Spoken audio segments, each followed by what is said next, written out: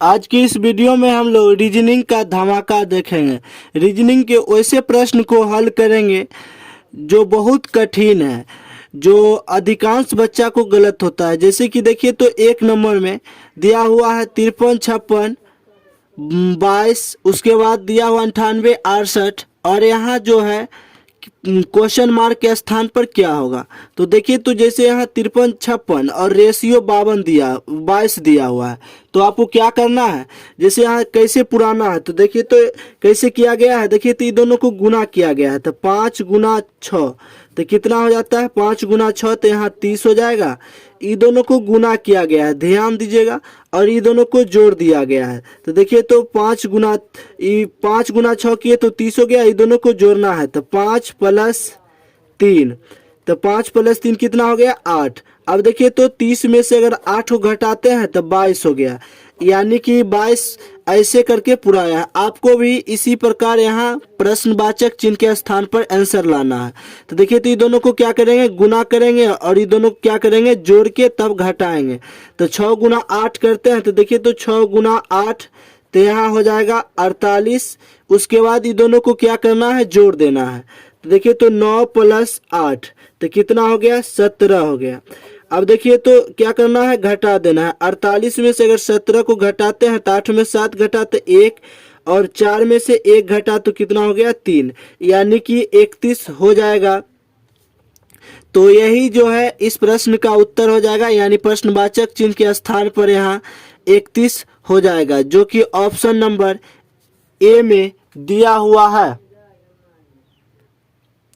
इस तरह के प्रश्न जो है परीक्षा में बार बार पूछा जाता है, और प्रश्न थोड़ा जटिल है। तो देखिए तो यहाँ T ratio 4 proportion P ratio प्रश्नवाचक चिन्ह के स्थान पर क्या होगा। तो देखिए तो आपको क्या करना है, जैसे यहाँ 4 पुराना है, T का आप जानते हैं T 20 होता है। अभी दोनों को देखिए तो जोड़िए, 2 + 0, 2 + 0 यानी कितना हो जाता है, 2 हो जाता है, और 2 का स्क्वायर कीजिए तो कितना हो जाता है, 4, 2 का स्क्वायर 4।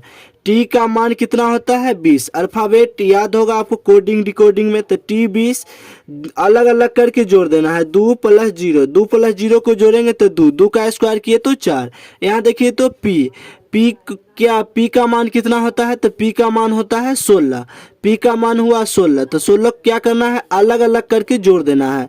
जैसे यहाँ 16 है तो 1 + 6, 1 + 6, 6 1 7, तो 7 का क्या करना है, स्क्वायर करना है। 7 का स्क्वायर कितना हो जाएगा, तो 49 हो जाता है, यानी प्रश्नवाचक चिन्ह के स्थान पर कितना हो जाएगा, 49, जो कि ऑप्शन नंबर ए में दिया हुआ है।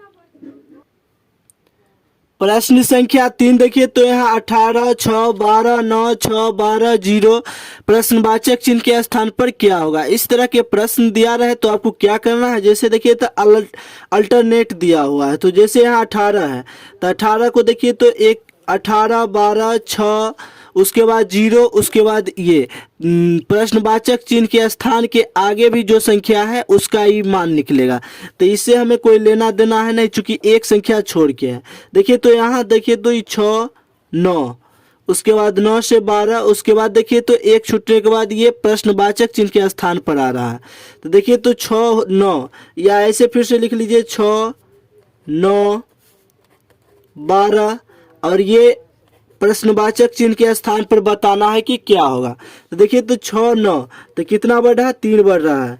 6 + 3 तो 9 हो गया, फिर 9 + 3 तो कितना हो गया, 12 हो गया, फिर 12 + 3 को जोड़ दीजिए तो कितना हो जाएगा, 15, यानी प्रश्नवाचक चिन्ह के स्थान पर कितना हो जाएगा, 15, जो कि ऑप्शन नंबर बी में दिया हुआ है। अगर इससे हम लोग निकालते हैं तो प्रश्नवाचक चिन्ह के स्थान के अगली संख्या निकलेगा।